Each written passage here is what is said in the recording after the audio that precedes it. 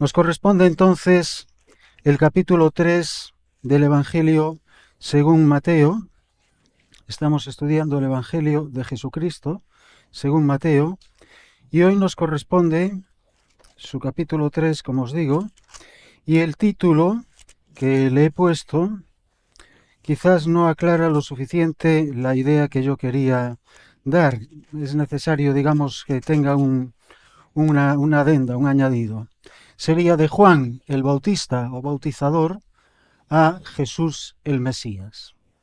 Quiero transmitir cómo hay ese paso intermedio de el gran profeta para Jesús, el mayor profeta nacido de mujer, que fue su pariente Juan, llamado el Bautista, aunque estrictamente hablando él no pertenecía a ninguna denominación evangélica, sino que era bautizador. Él ejercía el oficio de bautizar a aquellos que creían y que aceptaban el mensaje que él tenía para ellos. Y era un bautismo por inmersión. No era un bautismo como otras ramas del cristianismo hacen por aspersión y a los niños pequeños, a los niños de pocos días. No, era un bautismo a personas conscientes, personas mayores que sabían lo que hacían y que conscientemente y voluntariamente eran sometidos, digámoslo así, o pasaban por las aguas de manera entera, porque el término baptizar, significa sumergir, mergullar en gallego, sumergir completamente una tela que sabéis que el algodón, el lino, etcétera, son de color blanco, y si lo quieres de color rojo, de color verde, de color fosforito, lo que quieras, tienes que sumergirlo completamente en el tinte. Eso es bautizar. Y lo que sale completamente distinto, ya empapado de esa sustancia que le da ese color. Esa es la idea, una persona que se sumerge porque quiere salir a una realidad nueva. Ahora bien, vamos a leer entonces los 6 primeros versículos del capítulo 3, ¿sí? Lo leo en la versión Reina Valera. Esta es una versión Reina Valera revisada. Quizás encontraréis alguna palabrita que es diferente, pero el sentido y el texto pues coincide prácticamente pues en un 99 o 90%. Ministerio de Juan el Bautista, yo prefiero llamarle el bautizador, porque era el ejercicio que hacía. En aquellos días, Juan 3.1, perdón, Mateo 3.1, en aquellos días apareció Juan el Bautista predicando en el desierto de Judea y diciendo: arrepentíos, porque el reino de los cielos se ha acercado. Pues este es aquel de quien fue dicho por medio del profeta Isaías: voz que clama en el desierto, preparad el camino del Señor, enderezad sus sendas. Juan mismo estaba vestido de pelo de camello y con un cinto de cuero a la cintura. Su comida eran langostas y miel silvestre. Entonces salían a él Jerusalén y toda Judea y toda la región del Jordán, y confesando sus pecados, eran bautizados por él en el río Jordán. Cuando digo el Evangelio de Jesucristo según Mateo, muchas veces tenemos esa muletilla de decir el Evangelio de... Yo considero que el Evangelio es el Evangelio de Jesucristo, contado por Mateo, Marcos, Lucas o Juan, o cronológicamente debería ser Marcos, Mateo, como bien ha dicho Juan Marcos, para los judíos, enfocado a los judíos, y Lucas más bien enfocado para los gentiles, y Juan no pertenece a los sinópticos porque no va narrando, digamos, cronológicamente los hechos, sino que se detiene más o se extiende más en el mensaje, y eso sí, los cuatro coinciden en la narración de la pasión, de la muerte y de la resurrección. Ahí sí que coinciden los cuatro. Pero son los cuatro canónicos, hay muchos más evangelios o narraciones evangélicas. Hay los evangelios pseudoepigráficos, los apócrifos, los gnósticos, los de Nag Hammadi. Hay una patada de evangelios, o de narraciones evangélicas, mejor dicho. Pero yo consideraba hasta hace un tiempo que solamente hay un evangelio, el evangelio de Jesucristo. Pues bien, ni aún así decía bien yo. Y eso que estudié historia, o bueno, estuve matriculado. Pero quiero decir, cuando Jesús nació En el mundo conocido, en el mundo mediterráneo, había un evangelio poderosísimo y se estaba proclamando. Evangelio significa buenas noticias. Todo lo que es en griego es bueno. Eulogio. ¿Conocéis algún eulogio? Pues significa buena palabra. Eulogos. Eudosia también. No es un nombre muy común, pero eudoxas. Eutanasia. Buena muerte. Todo lo que es es bueno. Y ángelos es mensaje. Mensajero, ángelos. Un ángel no es un ser celestial también, sino que es un mensajero. Tú puedes ser un ángel si das el mensaje del Evangelio de Jesucristo. Y existía un evangelio que se estaba imponiendo en todo el Mediterráneo, y era el evangelio de la Pax Romana, porque tenía caminos, tenía un idioma para todos, tenía un derecho y unos magistrados, y sobre todo tenía un hombre que se había proclamado el sumo magistrado, el sumo censor, el sumo cuestor, que tenía el imperio en su mano. A donde él decía iban los soldados y allí arrasaban. Y que era el sumo pontífice. El puente entre la divinidad y Dios. La paz romana era el evangelio de la paz romana. Y ese hombre era Augusto César, Octavio Augusto César. Ese era el emperador que gobernaba Roma y que gobernaba el mundo conocido y que proclamaba el evangelio de la paz romana. En este mundo había un evangelio. Ahora sabéis, ese evangelio, ¿sabéis en qué estaba sustentada? En las legiones. Estaba sustentado en la violencia. Estaba sustentado en la violencia, en la opresión. Estaba sustentado en unas clases pudientes, ricas, que tenían esclavos y que podían jugar hasta, digámoslo así, con la vida de esas personas. Por un lado, el evangelio de la Pax Romana, y en una aldea pequeñita, desconocida para la mayoría de la población, en medio de unos corderos, nace un niño que viene a proclamar el evangelio del reino de los cielos, el evangelio del reino de Dios. Esto es lo que primero quiero dejarte a entender. Si tú quieres escoger el evangelio que te ofrece el mundo, piensa también en qué está sustentado. ¿Está sustentado en la mentira? ¿Está sustentado en la violencia? ¿Está sustentado en la opresión? ¿Está sustentado en que siempre habrá ricos, muy ricos, y pobres, muy pobres? Y yo, ya sabéis de qué lado estoy. No me sobra el dinero, ni muchísimo menos. Yo quiero escoger el evangelio de Jesucristo. Yo quiero escoger el evangelio de alguien que murió en una cruz por mí, pagando mis pecados. Vamos a ver cómo él se identifica con los pecados del pueblo, siendo él sin pecado, y se bautiza cuando Juan le dice, tú no tienes por qué bautizarte, soy yo quien tiene que ir a ti, no tú a mí. Lo vamos a ver después. Juan el Bautista, Juan el Bautizador, o Johannes es un nombre que tiene mucha importancia en el Antiguo Testamento, y Juan ese sí que él va a ser el puente entre el Antiguo Testamento y el Nuevo Testamento. Predicando en el desierto de Judea. Me llama la atención que esta palabra predicando es la misma palabra que Eurusein, que viene de querigma. Estaba proclamando, casi a voz en cuello, el reino del cielo, el reino de los cielos. Y dice en primer lugar, arrepentíos. Arrepentíos, qué palabra más fascinante. En hebreo, lo vamos a ver después también, cuando dice de frutos dignos de arrepentimiento. En hebreo, la palabra arrepentimiento tiene que ver con una raíz que significa cambiar, teshuvah, del verbo shub, volver, cambiar, volver. Me gusta más volver. ¿Por qué? Porque tiene que volver alguien que se está alejando, ¿no? Alguien que está aquí no tiene por qué volver, ya está aquí. Pero alguien que se aleja, vuelve. ¿De qué nos estábamos alejando? ¿De qué se estaba alejando el pueblo de Israel?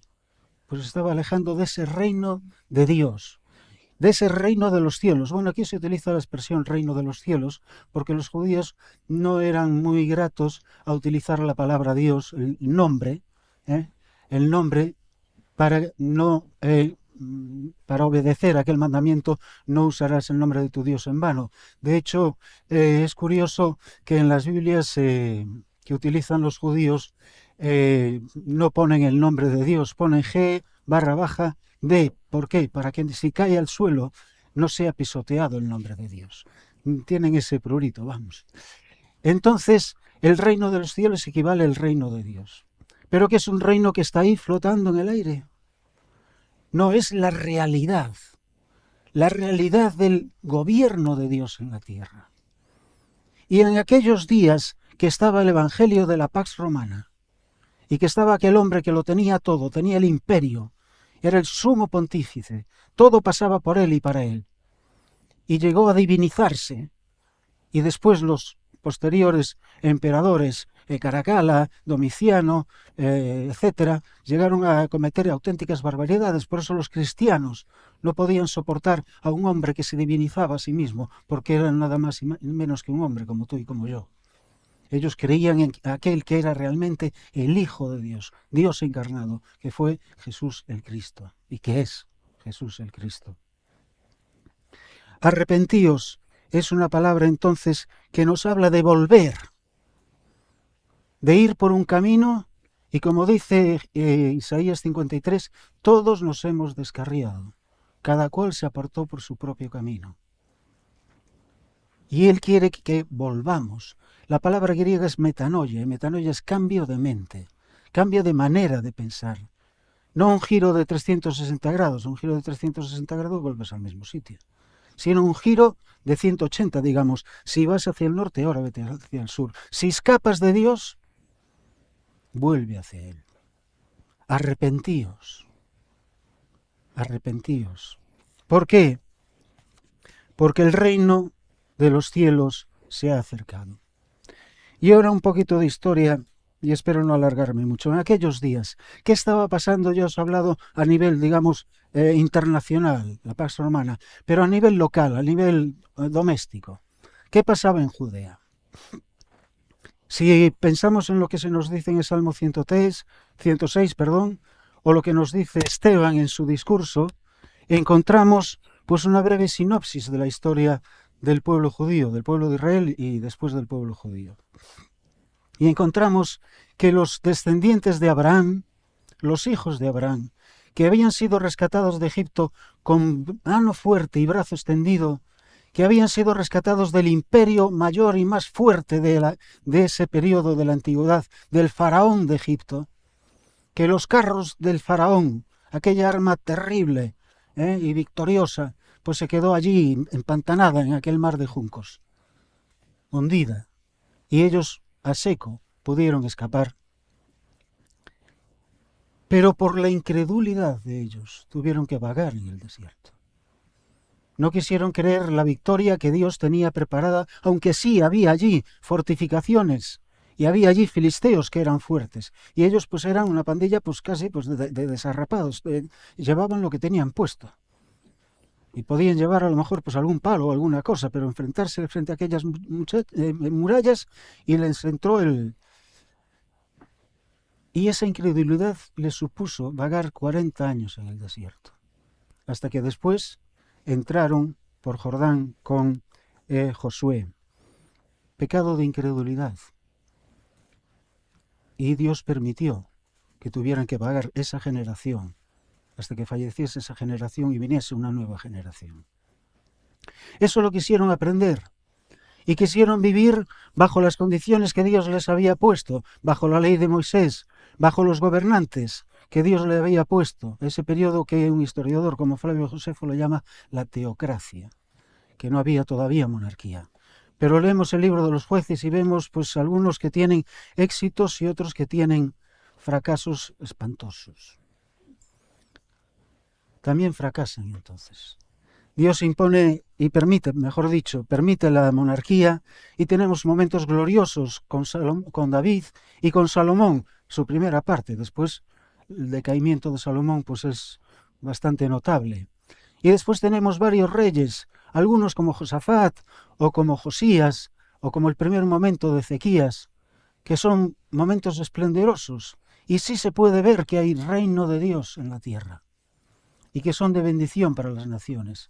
Pero después encontramos casos como el de Manasés, o como el de Amón, como el de otros reyes, que son un auténtico desastre. También fracasan y que acaban cayendo en la idolatría. Incredulidad e idolatría. Y Dios permite que sean llevados cautivos a Babilonia. Pero envía a su siervo Ciro, el cual permite que los judíos vuelvan a Jerusalén. Los medo-persas tenían otra estrategia, otra geoestrategia distinta de los asirios. Y entonces permitan que haya estados semi-independientes que hagan de colchón, digamos, por si atacan pues de arriba los hurritas, de abajo los egipcios, y entonces permiten que se edifique Jerusalén, permite que se edifique el segundo templo. Y así ocurre. ¿Pero qué va pasando? Pues ya nos vamos al periodo intermedio. Y lo que encontramos es que no hay una nación de Israel, salvo un periodo desde los macabeos hasta Juan Hircano, donde sí gobierna, pero bajo jurisdicción griega, bajo los gentiles. Y no pueden implementar el reino de Dios en la tierra. También fracasan. ¿Y qué ocurre? Pues que ocurre que toman dos vías, digámoslo así.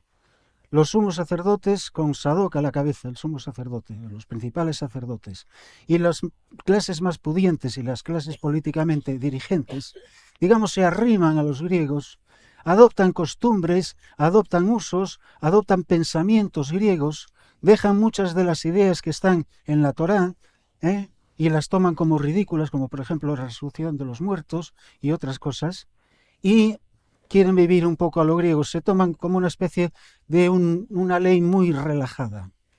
Esos son los saduceos. Pero después nos encontramos por oposición pues a otros que ya pertenecen más bien a la clase popular y que quieren seguir de una manera estricta la ley de Moisés, pero de una manera tan estricta que es más bien un juicio continuo a tú estás haciendo lo que la ley de Moisés dice. No podemos hacer más que esto, no podemos freír 2 huevos, sino solo uno en sábado, no podemos recorrer más de un estadio, no podemos hacer esto ni lo otro, no podemos comer sin lavarnos las manos, etcétera, etcétera, etcétera. Un legalismo que abandona el espíritu de la ley. Es decir, por un lado, una ley tomada muy laxamente, muy en contubernio y conciliación con el mundo grecorromano, y por otro lado, pues un extremismo casi fanático, ¿no? Por otro lado, después tenemos a los esenios que no quieren participar en este juego, porque tanto saduceos como fariseos son partidos políticos, y si veis, casi parece pues un poco lo que está pasando hoy en España, son partidos políticos, derecha e izquierda. Y después pues vienen los ultraderecha, los esenios, que allí se meten en sus cuevas. Y bueno, gracias a ellos tenemos los manuscritos del Qumrán. Y por el otro lado tenemos la extrema izquierda, digámoslo así, que son los celotes, que esos ya quieren ir a macha martillo, bueno, a puñal, mejor dicho. Ellos quieren conquistar el reino con violencia. Y esta es la situación. Entonces, la cuestión es que a lo largo de la historia interna de Israel, ¿se hizo realidad el reino de los cielos, el reino de Dios, el gobierno de Dios en la tierra para ser ejemplo y bendición a las naciones? No, también fracasaron. Y Juan dice que hay que arrepentirse. Sí, hay que darse cuenta de nuestro fracaso. Hay que darse cuenta de que en nosotros hubo incredulidad y hay incredulidad. Hay que darse cuenta de que en nosotros hubo y hay idolatría. Hay que darse cuenta de que nosotros o bien tomamos la ley, los mandamientos de Dios de una manera muy laxa, muy cuando nos conviene, y seguimos rondando por el mundo y llevándonos muy bien con las cosas del mundo, o nos volvemos fanáticos, intolerantes, y solamente sabemos juzgar a aquel que queremos que no hace las cosas como yo sí sé hacerlas. Bueno, si es que las hiciera. Porque Jesús en Mateo 24 le dice: ay de vosotros fariseos, que ni hacéis ni dejáis hacer. como Lope de Vega con el perro del hortelano, que no comía ni dejaba comer. Y dice, ay de vosotros fariseos, que tenéis la llave del reino de los cielos, y ni entráis ni dejáis entrar.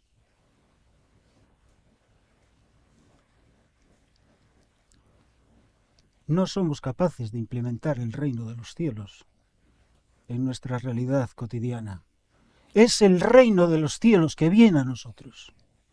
Es el reino de Dios que quiere venir a nosotros y quiere encontrar una tierra donde esa semilla pueda germinar. Así entiendo yo la parábola del sembrador. Una tierra donde esa semilla pueda germinar. ¿Qué somos? ¿Un camino? Somos duros porque la vida nos ha apaleado tantas veces y ya estamos de vuelta y media de todo. Pues tenemos llenos nuestra cabeza con esos cardos y espinas, con esos que ahogan la palabra porque nuestros pensamientos están en otras cosas, buscando otras cosas. O somos un pedregal seco, sin fruto. Es el reino de los cielos que se acerca a nosotros. Y va a venir, y Juan lo va a ver. Y como hemos cantado, y eso está en el Evangelio según Juan, cuando habla de Juan el Bautizador. Cuando lo ve Juan a Jesús, ¿qué le dice? He ahí el Cordero de Dios que quita el pecado del mundo. A él lo hizo. Sí, Él viene a tu vida. Si en tu vida hay incredulidad, si en tu vida hay idolatría, si tomas tu vida a lo ligera, la religión, no, la relación con Dios. Si crees que formalmente puedes cumplir y ya está. Listo. Dios, tienes que estar contento conmigo que hoy he ido al culto, a la misa o a donde fuera. Arrepiéntete. Da media vuelta. No le des la espalda a Dios. Porque Dios ha venido a ti. Ha enviado a su Hijo por ti. Sea cual sea tu situación, sea cual sea tu pecado, sea cual sea tus pensamientos, da media vuelta, dirígete hacia Dios. ¿Por qué? Porque la palabra de los profetas está ahí. Pues este es aquel de que fue dicho por medio del profeta Isaías, voz que clama en el desierto, preparad el camino del Señor, enderezad sus sendas. Hay muchos ejemplos que podría poner, pero cuando leí esto, quizás es un ejemplo muy burdo, pero vosotros sabéis cómo aterrizan los aviones en una superficie asfaltada, lisa. Un paréntesis. Hablando de los caminos, descubrí que el que primero asfaltó caminos pues fue Salomón. Fijaros. Sí. Puso betún negro en los caminos principales que iban a Jerusalén. Antes que Macadam. Esta es la voz que clama en el desierto. Él se identifica con el mensaje profético de Isaías. Se identifica porque él es profeta. Y fijaros, Juan mismo estaba vestido de pelo de camello y con un cinto de cuero a la cintura. Si venís conmigo al segundo libro de Reyes, capítulo 1, se nos dice que Elías anuncia el final de Ococías. Segundo libro de Reyes, capítulo 1. Y entonces se nos dice que los mensajeros que el rey envía para ir a consultar a Baal-zebub, fijaros lo que se le ocurre a ese rey. Elías se les encuentra, Dios le da a Elías un mensaje para que se encuentre a esos mensajeros de parte del rey. ¿Por qué habéis regresado?, le dice el rey. Un hombre vino a nuestro encuentro y dijo, ir regresar al rey, ¿acaso no hay Dios en Israel para que tú mandes a consultar a Baal-zebub, dios de Cron? Entonces el rey le preguntó, ¿qué aspecto tenía aquel hombre que vino a vuestro encuentro y os dijo estas palabras? Ellos le respondieron, era un hombre velludo, o más bien con un vestido de pelo, que tenía ceñido un cinto de cuero a la cintura. Juan mismo estaba vestido de pelo de camello y con un cinto de cuero a la cintura. Segundo libro de Reyes, Ococías dice, entonces él es Elías el Tisbita. La identificación de Juan con Elías hasta en el vestuario. ¿Y sabéis cómo acaba el Antiguo Testamento? Yo os dije que Juan es ese puente entre el Antiguo Testamento, la promesa de no solamente el reino, sino también el Espíritu, que vamos a ver después, un momentito. Pero sabéis que el Antiguo Testamento, tal como nosotros lo tenemos estructurado, acaba con Malaquías. Y el último versículo de Malaquías, Malaquías capítulo 4, versículo 5, dice: He aquí yo envío al profeta Elías antes de que venga el día de Yahvé, grande y terrible. Él hará volver el corazón de los padres a los hijos, el corazón de los hijos a los padres, no sea que venga yo y golpee la tierra con destrucción. Yo envío a Elías antes del día de Yahvé. Entonces yo entiendo que ellos esperaban a Elías y Elías sería el precursor del Mesías.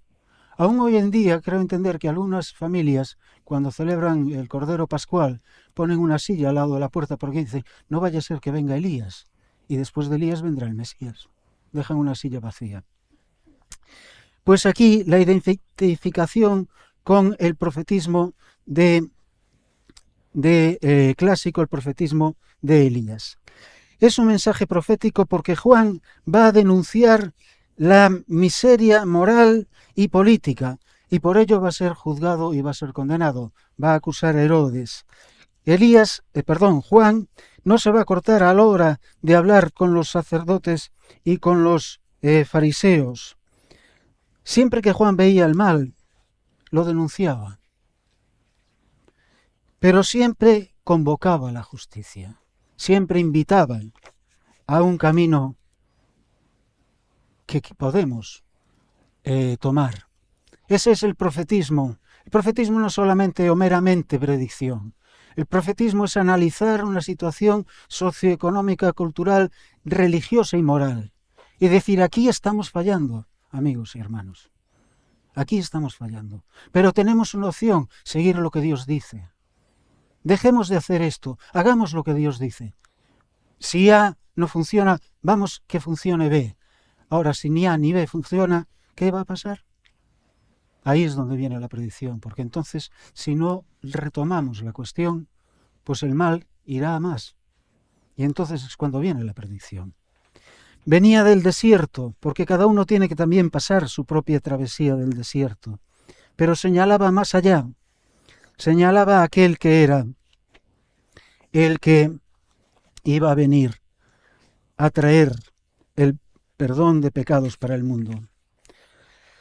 Pero cuando Juan vio que muchos de los fariseos y de los saduceos venían a su bautismo, les decía: generación de víboras, ¿quién os enseñó a huir de la ira venidera?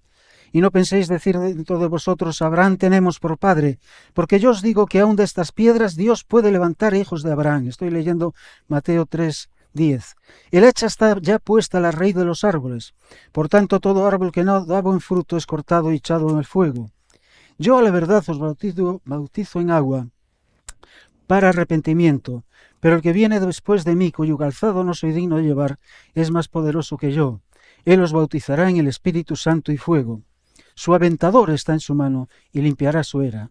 Recogerá su trigo en el granero y quemará la paja en el fuego, que nunca se apagará. Ya os he dicho, los fariseos y los saduceos. ¿Y venían para qué? Venían para... por si acaso. Por si acaso déjame bautizar. Y además para quedar bien delante del pueblo. No, yo le hice caso a Juan, porque vemos que venía de toda Judea, de toda la región del Jordán, confesando sus pecados. Pero estos fariseos y estos saduceos, ¿iban a confesar sus pecados o iban a hacer el rito para qué? Y utiliza una palabra fuerte: generación de víboras. Vaya, nos parece fuerte, pero fijaros, la víbora es una serpiente, y la serpiente es sinuosa, no sigue un camino recto.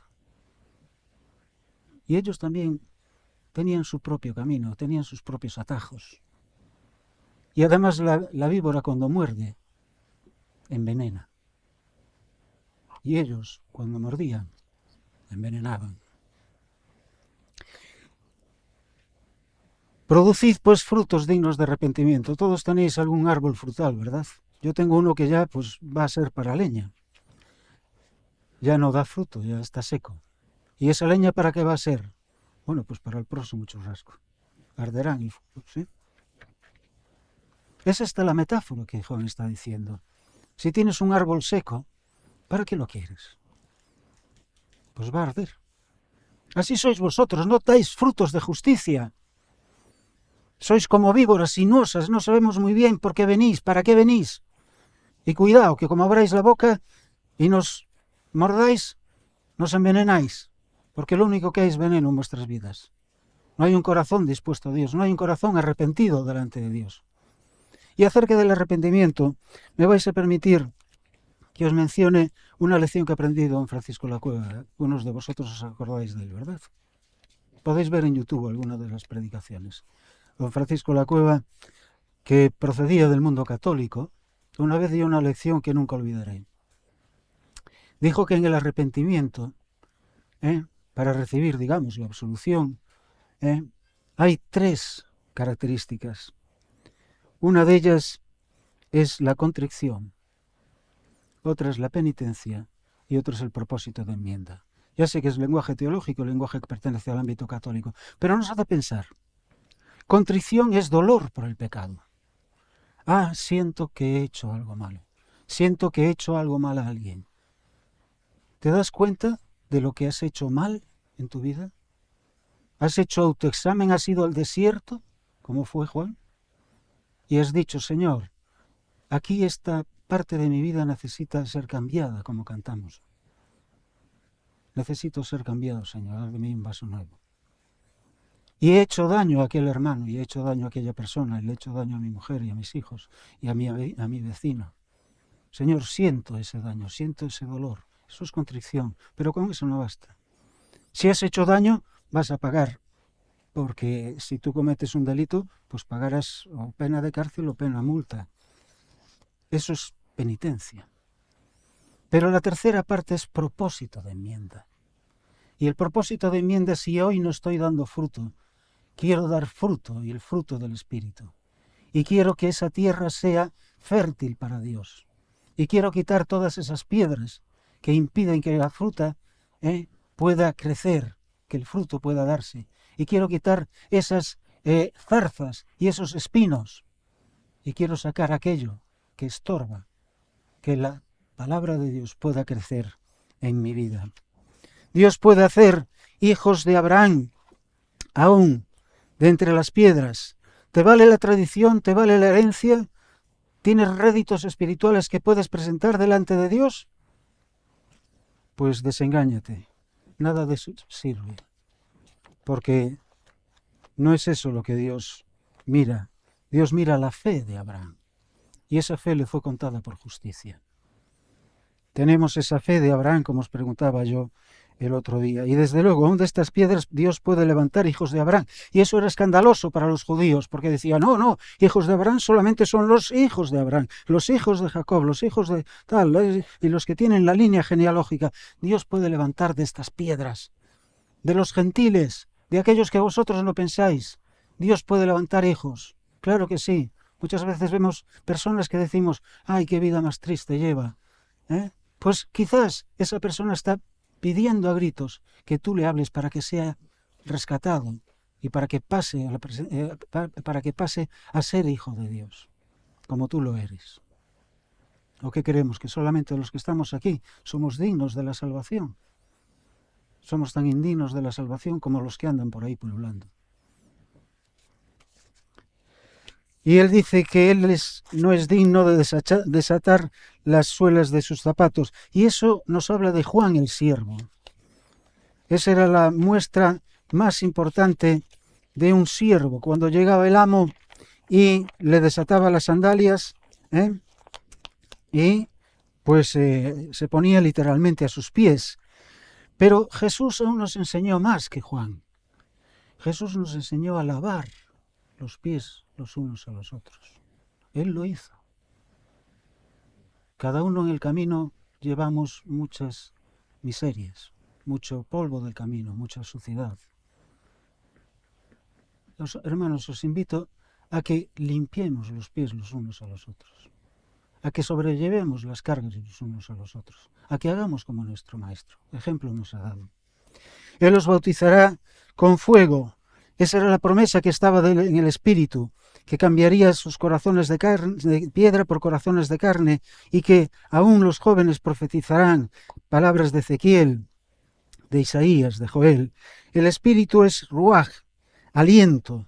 ¿Estás desalentado? ¿Te falta el aliento muchas veces? Permite que el Espíritu te hable y te llene. Y también es ese viento que sopla con poder, que puede mover las cosas. También es ese silbo apacible que Elías también encontró en aquella cueva. Y es aquel que cubría las aguas primigenias, allí en el principio. Y el Espíritu de Dios se movía sobre la faz de las aguas. Él puede recrear.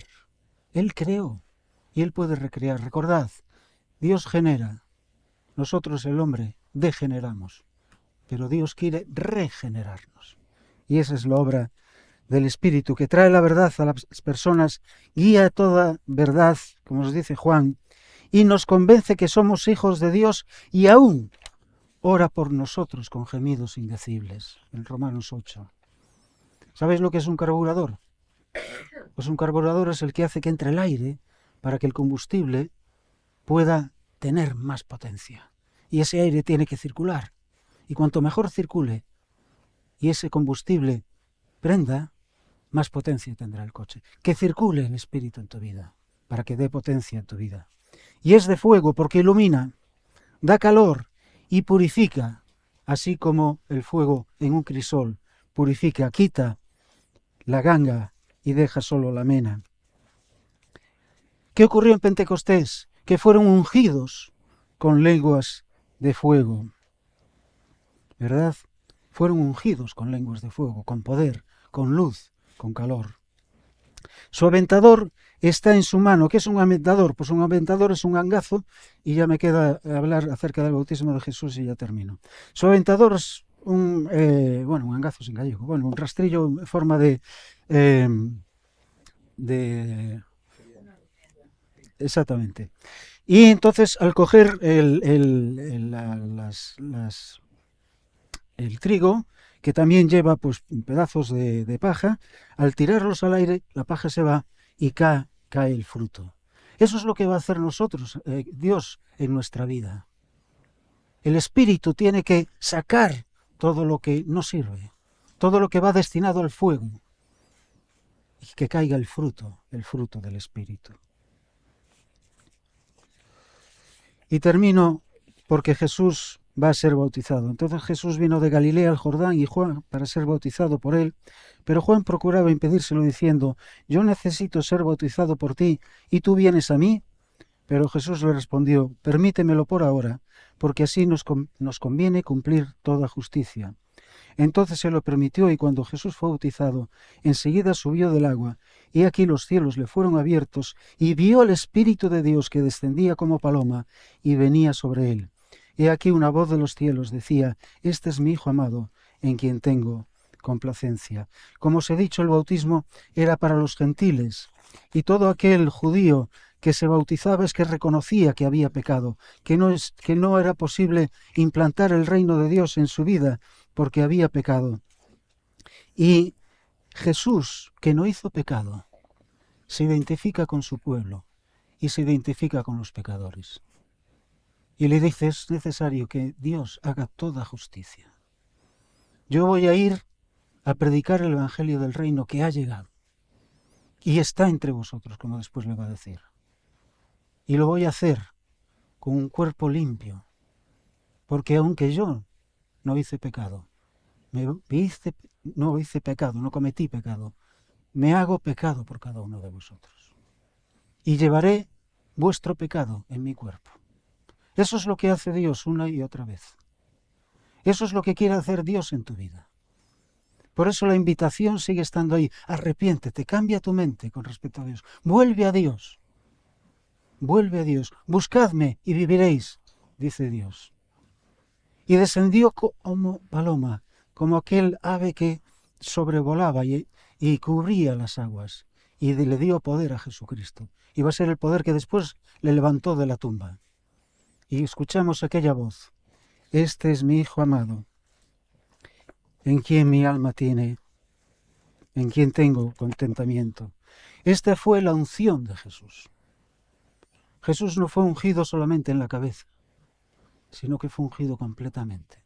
Y se levantó para proclamar el Evangelio de Jesucristo, el Evangelio del perdón y de la salvación, que tienes a tu disposición, porque sigue estando ahí Jesús, para darte salvación, para que dejes una religión vacía, para que dejes que pienses que tienes una herencia y por eso ya vas a tener la salvación y la vida eterna, para que pienses que si cumples, entonces Dios va a tener misericordia de ti. No, arrepiéntete, da media vuelta, confía en Jesús, que Él hizo todo lo posible por ti y por mí. Padre, en el nombre de Jesús te damos gracias por tu palabra, porque nos sobrepasa y nos llena de una dimensión tremenda acerca de lo que tu Hijo vino a hacer por cada uno de nosotros. Gracias por la figura de Juan el Bautista, gracias por todos aquellos hombres y mujeres que hicieron posible que nosotros podamos ahora recordar que el Cordero de Dios vino para quitar nuestro pecado, vino para hacerse pecado por cada uno de nosotros, vino para abrirnos las puertas del cielo, para que podamos entrar en tu presencia. Padre, en el nombre de Jesús te damos las gracias. Amén.